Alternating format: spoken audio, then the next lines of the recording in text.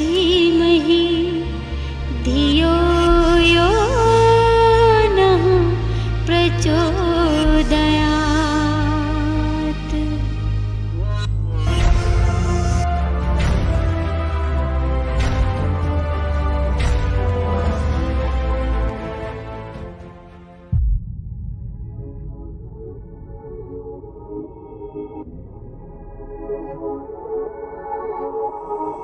तो मेरे मित्रों, कहीं पर भी आर्यों ने अपने विजय गाथा को नहीं लिखा और द्रविड़ों ने या वनवासियों ने अपने पराजय को नहीं लिखा।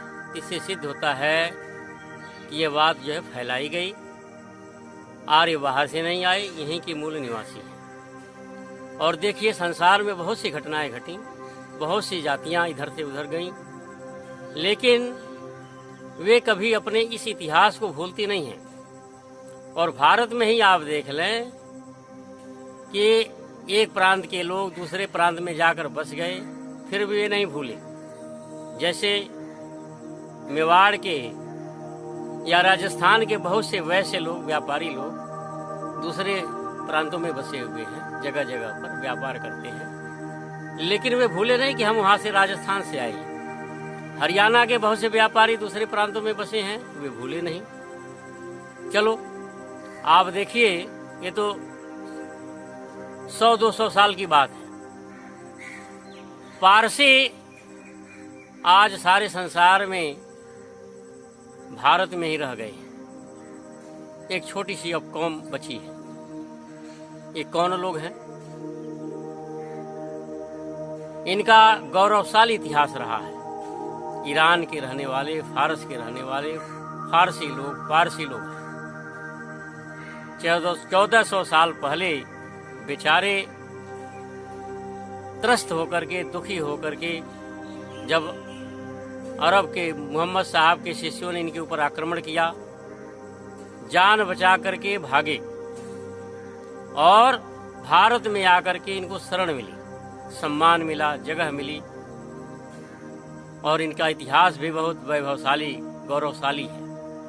छोटी सी कौम ने बड़े बड़े देशभक्त वैज्ञानिक पैदा किए, जैसे होमी जहांगीर भाभा, दादा भाई नौरोजी और डालमिया, टाटा आदि, ये सब पारसी लोग हैं। और इनमें से कितने लोग तो अपने को आज भी ईरानी गोत्र लगाते हैं। ईरान इनका गोत्र बन गया। आपने भी सुना होगा, राजनीति में भी स्मृति ईरानी है और फिल्मों में बहुत से कलाकार हैं जो अपने को ईरानी लिखते हैं और गौरव के साथ लिखते हैं।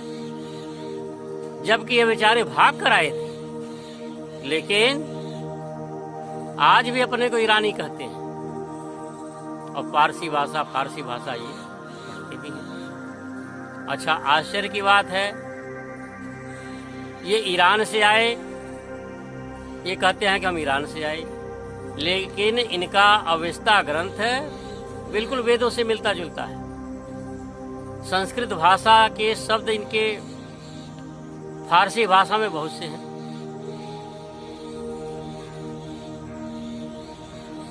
मैं जब 7वीं कक्षा में पढ़ता था तो जहांगीर के ऊपर एक लेख था, कश्मीर के ऊपर, कश्मीर की बड़ाई के ऊपर। तो जहांगीर ने कभी कहा था, हमी अस्तु, हमी अस्तु, हमी अस्तु। ये यदि पृथ्वी पर स्वर्ग है तो यही है, यही है, यही है। तो मैं सोचने, अरे अस्तु अस्तु, ये तो संस्कृत का शब्द है। जब मैं छोटा था तो कितने आश्चर्य की बात है, फारसी भाषा में कितने संस्कृत के शब्द हैं। आप देखें, संस्कृत भाषा में युष्माकम बोलते हैं, पारसी में भी युष्माकम बोलते हैं। संस्कृत में रूप चलते हैं, फारसी भाषा में भी रूप चलते हैं। 7 विभक्तियां होती हैं दोनों में, वचन भी वैसे ही होते हैं, बहुत मिलता जुलता है। और अवेस्ता ग्रंथ तो जो बिल्कुल वेदों का अनुवाद है। और ये होम करते हैं, अग्नि पूजा करते हैं, वो हवन का बिगड़ा हुआ रूप। और आज भी ईरान में भले ही वे सब मुसलमान हैं, कट्टर मुस्लिम हैं, लेकिन ईरान के इतिहास में पढ़ाया जाता है कि हमारे पूर्वज भारत से आए थे। अब बताइए, वहां ये पढ़ाया जाता है कि भारत से आकर के ईरान में बसे, और वे अपने आज भी आर्य बोलते, मानते हमारे पूर्वज आर्य थे। और भारत में उल्टा ये पढ़ा दिया गया कि जो है आर्य जो ईरान से आए, मध्य एशिया से आए। कितने आश्चर्य की बात है। तो आज भी 1400 साल हो गए, पारसी भारत में आकर बस गए और सिकुड़ते जा रहे हैं बेचारे, लेकिन वे भूले नहीं हैं। आप इतिहास उठाकर देख लीजिए, एक एक बात का वर्णन मिलेगा, किस प्रकार से कैसे उन्होंने देश को छोड़ा, कितना कष्ट उठाया, कैसे आए और कैसे किस राजा ने गुजरात में उनको शरण दी। गुजरात के राजा ने जब ये शरण मांगे तो राजा ने एक लोटा, दूध से भरा हुआ लोटा दिखाया, कहा कि देखो इसमें जगह नहीं है, संकेत किया।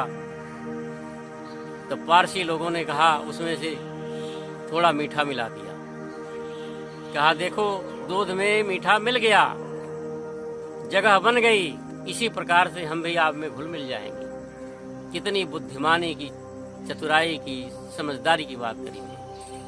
और सचमुच में आज तक किसी पारसी का किसी से झगड़ा नहीं हुआ, कभी सांप्रदायिक दंगे नहीं हुए, इन्होंने कभी शिकायत भी नहीं। भारत की सेवा करी, भारत को अपनी मातृभूमि मानते, लेकिन ईरान को भी भूले नहीं, अपना गोत्र भी ईरानी बहुत से बताते हैं। तो मेरे मित्रों, क्या आर्य ही एक ऐसी कौम है कि जो ईरान से आए और बड़े शान से आए, विजय प्राप्त करी, राज्य कायम किया, वैभवशाली इतिहास रहा, सब कुछ रहा, और फिर जो है अपने को बताते नहीं हम ईरान से आए, जैसे बांग्लादेशी घुसपैठिए हों। हैं? क्या आर्य बांग्लादेशी घुसपैठिए हैं कि बांग्लादेशी घुसपैठिए चुप चुप करके आ गए और अपने को बताते नहीं कि हम बांग्लादेशी हैं? आर्य ऐसे ही आए थे। तुम्हारे कथनानुसार तो उन्होंने विजय प्राप्त करी, तो जब विजय प्राप्त करी तो अपना इतिहास क्यों नहीं बताते हम कहां से आए थे? अरे देखो भगवान राम ने क्या कहा, जब लंका के वैभव को देख करके लक्ष्मण उसकी बड़ाई करने लगे, तो भगवान राम ने लक्ष्मण से कहा, लक्ष्मण जननी जन्म भूमिश्च स्वर्गादपि गरीयसी। हे लक्ष्मण, जननी जन्म देने वाली माता और जन्मभूमि ये स्वर्ग से भी महान होती है, स्वर्ग से भी ऊंची होती है, स्वर्ग से ज्यादा मान्य होती है। ऐसा भगवान राम ने लक्ष्मण को उपदेश दिया। तो क्या यही आर्य जन्मभूमि को भूल गए? स्वर्ग से महान बताने वाले आर्य अपनी जन्मभूमि को ही भूल गए कि हम कहां से आए, इनको ही पता नहीं। अरे मेरे मित्रों, आप दिग्भ्रमित हैं। जो लोग कहते हैं आर्य बाहर से आए, वे खुले मन से, स्वच्छ मन से, पवित्र हृदय से विचार करो तो निश्चित रूप से तुम भी कहोगे कि आर्य बाहर से नहीं, यही की मूल निवासी। नहीं तो कहीं न कहीं चर्चा तो जरूर करते, लेकिन कहीं नहीं। मेरे मित्रों, ये कितनी बड़ी भ्रांति फैला दी गई। और भी आप देखें, मुगल मंगोलिया से आए, उनका इतिहास लिखा हुआ, हम मंगोलिया से आए, सब लोग जानते, सारा संसार जानता है। चंगेज खां मंगोल से फारस पर आक्रमण किया, फारस से फिर उसके वंशज भारत पर आए, और मंगोल का ही बिगड़ा हुआ मुगल बन गया। वे आज याद रखते हैं, सब सारा संसार जानता है। और कितनों का गोत्र भी बन जाता है, जैसे ईरानी गोत्र बन गया। बुखारी, दिल्ली के जामा मस्जिद के इमाम जो हैं, अपने को बुखारी लिखते हैं। ये बुखारी कौन है? ये बुखारा से तो आए थे। मध्य एशिया में बुखारा एक जगह है, वहां से आए थे, इसलिए अपने को बुखारी लिखते हैं।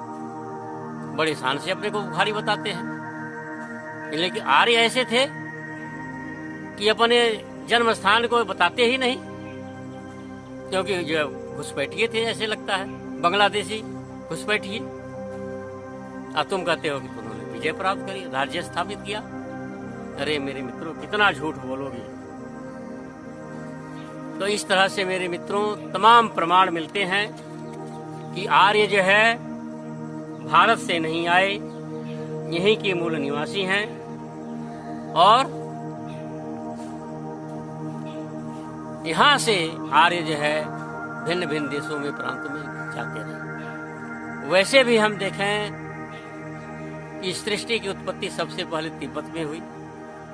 भिन्न भिन्न मान्यताएं हैं, लेकिन सबसे ऊंचा स्थान पृथ्वी पर तिब्बत। तो सबसे पहले सृष्टि की रचना वहीं हुई होगी। और फिर जो है मैक्स मुलर आदि विद्वानों ने भी स्वीकार किया है कि हिमालय के आसपास ही सबसे पहले सृष्टि की उत्पत्ति है। तो फिर जो परमात्मा ने सृष्टि की आदि में श्रेष्ठ मनुष्यों को उत्पन्न करता है, तो श्रेष्ठ कौन थे? उन्हीं को आर्य कहते हैं। तो आर्यों की संतान होने के कारण से सारा संसार आर्य है। इस बात का झगड़ा होना ही नहीं चाहिए। लेकिन फिर भी मेरे मित्रों, जो तुम कहते हो कि देश पर, भारत पर कब्जा किया इन्होंने, ये बिल्कुल अनर्गल बातें हैं। अंग्रेजों के बहकावे में आप लोग आकर के आपस में ही लड़ रहे हैं। मेरे मित्रों, इसका फल जो है बहुत भयंकर निकलेगा। देखो, लड़ाइयाँ होती हैं, आपस में जितना वैमनस्य बढ़ाओगे सबका नुकसान होगा। तुम्हारा भी होगा, इनका भी होगा। हम सब एक ही हैं। आप भी आर्य हो, हम भी आर्य हैं, सब आर्य हैं। इस बात की लड़ाई होनी ही नहीं चाहिए, विवाद होना ही नहीं चाहिए कि आर्य कहाँ से आए, कहाँ गए। मेरे मित्रों, ये बिल्कुल झूठी बात है।